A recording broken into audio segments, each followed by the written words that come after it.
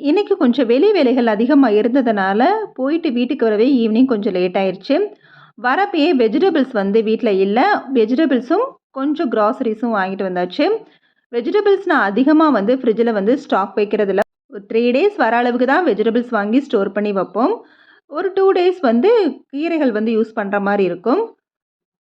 Carrot மட்டும் கொஞ்சம் சேர்த்தே வாங்குவோம். பிகாஸ் ஸ்நாக்ஸா வந்து அதுதான் வந்து ஒரு டெய்லி ஒரு கேரட் அளவு சாப்பிட்டுருவேன்.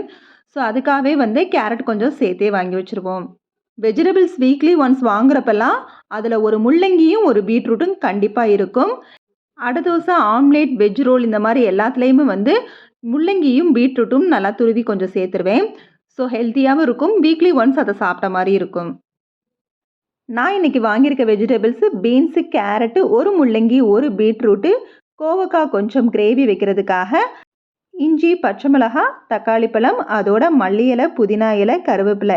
இந்த அளவுக்கு தான் வெஜிடபிள்ஸ் வாங்கியிருக்கிறேன். இதுவே இந்த 1 வீக் அளவு எனக்கு போதுமானதா இருக்கும். பீன்ஸும் வீக்லி ஒன்ஸ் வாங்கிருவேன். ஆனா அளவா வாங்குவேன். ஆனா 10 டேஸ் ஒன்ஸ் வந்து பீன்ஸ் பொரியல் வந்து பண்ணிருவேன். இந்த வீக் செஞ்ச பொரியல் வந்து அடுத்த வீக் வந்து கொஞ்சம் ரேராவே தான் செய்வேன். மேக்ஸிமம் வேற வேற பொரியல் வந்து செய்ற மாரி பார்த்துக்குவேன். இந்த வீக் ஒரு பொரியல் செஞ்சுட்டோம்னா, அடுத்த வீக் அத வந்து செய்யாத மாதிரி மேக்ஸிமம் வந்து பார்த்துக்குவேன். நாளைக்கு பீன்ஸ் பொரியல் செய்றதுனால கொஞ்சமா கவர்ல வந்து கட் பண்றதுக்காக எடுத்து வச்சுட்டேன். மத்ததெல்லாம் வந்து பாக்ஸ்ல போட்டு ஸ்டோர் பண்ணி வச்சுட்டேன். அதுக்கப்புறமா வந்து தக்காளி கூடையில 2டே 2 பழைய தக்காளி இருந்துச்சு. அதையும் மாத்திட்டு, புது தக்காளிய வந்து இதில சேர்த்துட்டு, அதுக்கப்புறமா பழைய தக்காளிய நாளைக்கு ஃபர்ஸ்ட் யூஸ் பண்றதுக்காக ஒரு ஓரமா வச்சுர்றேன். அப்புறமா இப்ப வாங்குன பச்சை மிளகாய், கருவேப்பிலை, இஞ்சி இதெல்லாம் வந்து பழச வந்து கொஞ்சம் மாத்தி வச்சுட்டு, புதுச வந்து லேட்டா யூஸ் பண்ற மாரியும், பழச வந்து யூஸ் பண்ற மாரியும் வந்து வச்சுக்கிட்டோம்னா, நெறையவே வேஸ்ட் இருக்காது. பழச வந்து நம்ம உடனே யூஸ் பண்ணி காலி பண்ண மாரியும் இருக்கும். பொதுவா வெளியில வேலையா போயிட்டு வந்துட்டாலே, வீட்டுக்குள்ள வந்ததுக்கப்புறம் கொஞ்ச நேரம் ரெஸ்ட் எடுக்கணும்னு தான் தோணும். சாப்பாடு செய்யக்கூட தோணாது. அதுவும் இந்த மாதிரி சில வேலைகள் செய்றப்ப, சுத்தமா கிச்சனுக்குள்ள போய் சமைக்கணுங்கிற அந்த தாட்டே வந்து இருக்கவே இருக்காது. அந்த மாரி தான் எனக்கு இன்னைக்கு. அதனால நான் வீட்டுக்குள்ள வந்ததுமே ஹஸ்பண்ட்ட சொன்ன விஷயம், நான் குரோசரீஸ், வெஜிடபிள்ஸ் எல்லாம் எடுத்து வைக்க போறேன். நீங்க வந்து ஃபுட்ட வந்து வெளியில வாங்கிட்டு வந்துருங்க. என்னால வந்து டிஃபன் இப்ப செய்ய முடியாதுன்னு சொல்லிட்டேன். அவரு டிஃபன் வாங்கிட்டு வரதுக்குள்ள, நான் இந்த மாரி வெஜிடபிள்ஸ் எடுத்து வைக்கிற வேலையெல்லாம் செஞ்சிடலான்னு சொல்லி, அந்த வேலைய வந்து பார்த்துக்கிட்டு இருக்கிறேன். பொண்ணுங்க ஆரம்பத்திலேயே வந்து ஹஸ்பண்ட்ட எந்த வேலையும் குடுக்காம, அந்த தப்ப மட்டும் பண்ணிறாதீங்க. கொஞ்ச நாள் கழிச்சு நான் அத வந்து நம்ம ஒரு 10 இயர்ஸ்க்கு அப்புறம் வந்து அத செய்யணும்னு சொல்லி அவங்கட்ட வந்து ஃபோர்ஸ் பண்றப்ப, அவங்களுக்கு அந்த அளவுக்கு அது இன்ட்ரெஸ்ட்டும் வராது. புதுசா நம்ம வந்து சொல்றப்ப அவங்க இரிட்டேட்டும் ஆவாங்க. அப்ப வந்து அவங்க கிட்ட நம்ம அந்த வீட்ல அப்படி இருக்காங்க, இந்த வீட்ல இப்படி ஹெல்ப் பண்றாங்கன்னு சொல்றப்ப, அவருக்கு அந்த கம்பேரிஷன் வந்து அவங்களுக்கு கண்டிப்பா ஏத்துக்கவே முடியாது. ஸோ அந்த நேரம் அவங்கள சொல்லியும் தப்பில்ல.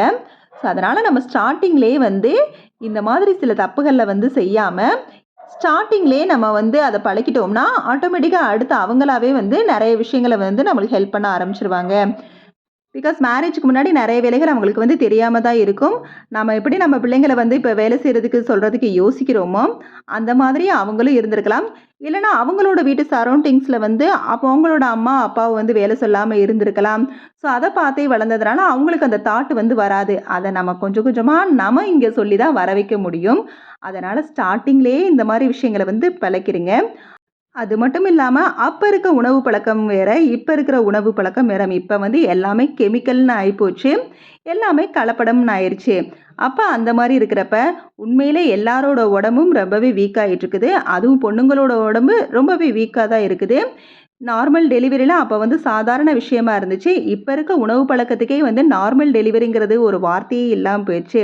அதனால நம்மளோட ஹெல்த்துமே ரொம்ப வீக் ஆகிக்கிட்டு தான் இருக்குது. அதனால இந்த மாரி சின்ன சின்ன வேலைகள வந்து அவங்க கிட்ட சொல்றதுல எந்த தப்புமே இல்ல. அதேபோல எவ்வளோ உடம்பு முடியலனாலும் கிச்சனுக்குள்ளேயே இருந்து வேலையெல்லாம் பார்த்துட்டு சமையல முடிச்சுட்டு அதுக்கப்புறமா நம்ம ரெஸ்ட் எடுக்கலாம். அந்த தாட் இருந்தாலும், இல்ல இப்ப நம்ம வந்து ரெஸ்ட் எடுக்கணும். ரொம்ப எரிச்சலா இருக்கும். ஒரு சில நேரம் நம்மளுக்கே வந்து கிச்சனுக்குள்ள போய் சமைக்கணும். அந்த மாரி தாட்ல போய் எரிச்சலா இருக்கும். அந்த மாரி சமயத்துல அதுக்காக எப்பவும் கடையில வாங்க சொல்லக்கூடாது. நம்மளுக்கு இன்கன்வீனியன்ட்டா ஃபீல் பண்றப்ப, ஹோட்டல்ல வாங்கிட்டு வர சொல்லி வீட்ல சாப்பிட்டுக்கிட்டா எந்த தப்புமே இல்ல. அத விட்டுட்டு ஸ்டார்ட்டிங்ல வந்து நான் அத அப்படி செஞ்சுருவேன், இப்படி செஞ்சுருவேன், உடம்பு முடியாதவரையும் இத செஞ்சுருவேன், அத செஞ்சுருவேன் நம்ம செஞ்சு, நம்மளோட கஷ்டத்தலாம் அவங்கள்ட்ட காட்டிக்காம இருக்கிறோம் அப்படின்னா, நம்மளோட கஷ்டம் அவங்களுக்கு புரியாமலே தான் போகும். அதனால மேரேஜ் ஆன 5 ஆர் 6 இயர்ஸ்க்குள்ளேயே இந்த விஷயங்கள்ல கொஞ்சம் கொஞ்சமா மாத்திட்டோம்னா, அது ஹோம் மேக்கரா இருந்தாலும் சரி, வொர்க்கிங் வுமனா இருந்தாலும் சரி, கண்டிப்பா ஹஸ்பண்ட்ஸ் வந்து ஹெல்ப் பண்ணணும்னு நினைப்பாங்க. இதுக்கு பேரு அந்த காலத்துல சொன்ன மாரி ஹஸ்பண்ட்ஸ கைக்குள்ள போட்டுக்கிறதுலாம் கிடையாது. இந்த காலத்துல வந்து இது ரொம்பவே சாதாரணமான ஒரு விஷயம். குடும்பத்துல ஷேரிங் வந்து ரொம்ப ரொம்ப முக்கியம். நம்மள பார்த்து நம்மளோட குழந்தைகளும் வந்து வளர்றப்ப, அவங்களோட லைஃப்ல பின்னாடி கண்டிப்பா வந்து ரொம்பவே பிஸியான லைஃபா தான் இருக்கும். ஸோ நம்மளோட ஷேரிங்க பார்த்து அவங்களும் அவங்களோட லைஃப்ல வந்து அத ஃபாலோ பண்ணணும்னு நெனைப்பாங்க.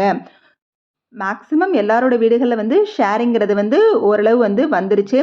ஒரு சில வீட்ல வந்து ஆகாம இருக்குது. இன்னொன்னு நியூலி மேரிட் கப்பிள்ங்கிறப்ப, அந்த விஷயத்த வந்து யோசிக்காமலே இருப்பாங்க. ஹஸ்பண்ட்ஸ இம்ப்ரெஸ் பண்ற மாரி நெறைய விஷயங்கள செய்வோம். அந்த தாட்ல இருக்கிறதுனால, இந்த விஷயத்த யோசிக்காம விட்டுருவாங்க. ஸோ இந்த மாரி தெரியாம இருக்கிற சில பேர்களுக்காக தான் இந்த இத வந்து நான் ஷேர் பண்ணேன்.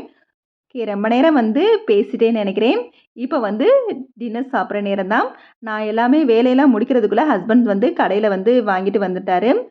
ஷாப்ல அதிகமா நாங்க வந்து வாங்குறது இட்லி தான். அந்த கடை வந்து பேரே வந்து இட்லி கடை தான். அந்த இட்லி கடையில ஸ்பெஷலே வந்து இந்த சிக்கன் குழம்பு தான்.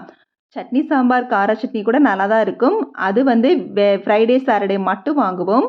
மத்த நாள் வந்து வாங்குனாலே இந்த சிக்கன் குழம்பு வச்சு தான் வாங்குவோம். ரொம்பவே டேஸ்ட்டா இருக்கும். அது ரொம்பவே சின்ன கடை தான். ஈவ்னிங் கடை தான்.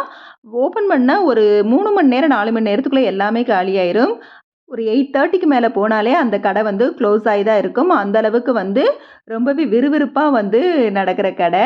ஸோ அந்த கடையில வந்து எப்பயுமே அதுவும் என்னோட பையனுக்கு ரொம்பவே பிடிக்கும். ஸோ அந்த கடையில தான் சிக்கன் குழம்பும், இட்லி, தேங்காய் சட்னி வச்சு நல்லாவே டின்னர் சாப்பிட்டு முடிச்சாச்சு. டின்னர் சாப்பிட்டு முடிச்சதுக்கப்புறமா நான் நான் வந்து கிச்சன்ல இப்ப சாப்பிட்டு பாத்திரத்தெல்லாம் கழுவி வச்சு, ஸ்டவ்வ வந்து கிளீன் பண்ணலான்னு போயிட்டேன். அதுக்குள்ள என்னோட ஹஸ்பண்ட் வந்து ஈவினிங் எடுத்து போட்ட துணி இருந்துச்சு. அதெல்லாம் வந்து மடிச்சு வச்சுட்டாரு. மேக்ஸிமம் எப்பவுமே துணி அவர் தான் மடக்கி வைப்பாரு. அத எடுத்து வைக்கிறது தான் என்னோட டிபார்ட்மெண்ட். அவரு மடக்குறதுக்குள்ள நான் சின்ன சின்ன வேலைகள்லாம் பார்க்க ஆரம்பிச்சுட்டேன். வெஜிடபிள்ஸ் எல்லாம் பாக்ஸ்ல எடுத்து வச்சது இருந்துச்சு. அத எல்லாத்தையுமே வந்து ஃப்ரிட்ஜ்ல ஸ்டோர் பண்ணிட்டு, வாங்கிட்டு வந்த குரோசரீஸ் எல்லாம் அந்தந்த பிளேஸ்ல வந்து செட் பண்ணிட்டேன். குரோசரீஸ் ரொம்பவே கம்மியா தான் வாங்கினேன். அதிகமாவும் வந்து மாரி நான் வாங்கி ஸ்டோர் பண்றதில்லன்னு ஏற்கனவே நெறைய வீடியோல சொல்லியிருக்கிறேன். மேக்ஸிமம் சிறுதானியம், ஷாம்பு, ஹேண்ட் வாஷ் வாங்குறதுக்காக தான் போனேன். ஆனா சிறுதானியம் வந்து 2 தான் வாங்கினேன்.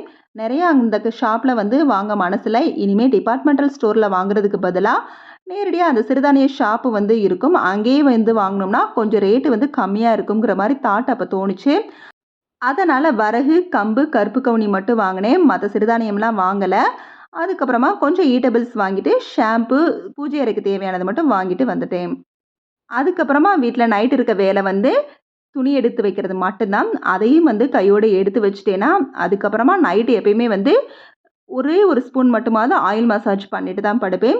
ஸோ அந்த மாதிரி ஆயில் மசாஜ் பண்ணிட்டு, நல்லா தலைய வந்து கோம்பு வச்சு அடியிலருந்து வாரி விட்டு பின்னி போட்டுட்டு, ஃபேஸ நல்லா வாஷ் பண்ணி ஒண்ணு ஃபேஸ் பேக் போடுவேன். இல்ல அதுக்கு டைம் இல்லன்னா, நைட் வந்து ஃபுல்லா ஆலிவேரா ஜெல்லாம் ஃபேஸ் ஃபுல்லா அப்ளை பண்ணிட்டு காலையில எந்திரிச்சு வாஷ் பண்ணிருவேன். இதோட இந்த வீடியோ முடியுது. இந்த வீடியோ பிடிச்சிருந்துச்சுன்னா லைக் பண்ணுங்க, ஷேர் பண்ணுங்க, கமெண்ட் பண்ணுங்க. மறக்காம நம்ம சேனல சப்ஸ்கிரைப் பண்ணுங்க. Okay, bye. தேங்க்ஸ் ஃபார் வாட்சிங்.